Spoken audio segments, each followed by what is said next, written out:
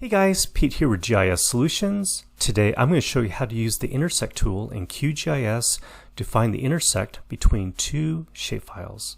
Stay tuned. Okay guys, so let's get started. So I have two shapefiles here in my QGIS project. One is a zip code shapefile and the other one is a township shapefile. And what I want to do is find out where the intersect of this particular zip code is with this township.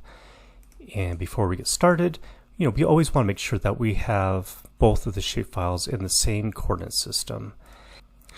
Okay, so what we want to do first is come up to the top menu bar under Vector, Geoprocessing Tools, and go to Intersection.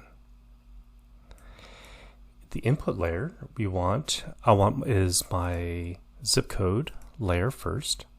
That's overlaying the township layer. As you can see here again, they're both in the same coordinate system. If they're not, it might not be as accurate. The input fields we want to input, so if we go and click on here, I want to include my zip code and the shape area. And we go back, and the overlay field, I just want to keep everything. So I'll click on select all and go back. Right here is telling me that I'm going to have 12 fields and everything else is fine. I'm going to leave it as defaulted. Now we could direct that intersect layer that's going to create, we could save that to a new folder, or we could use it as a temporary layer and then save it later. I'm going to do the latter. So let's go and click on Run.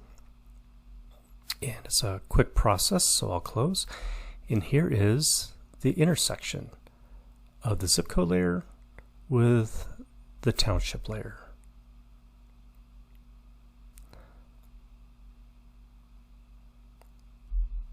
I hope you guys found this video tutorial useful. If you have any questions or comments, please leave those down below.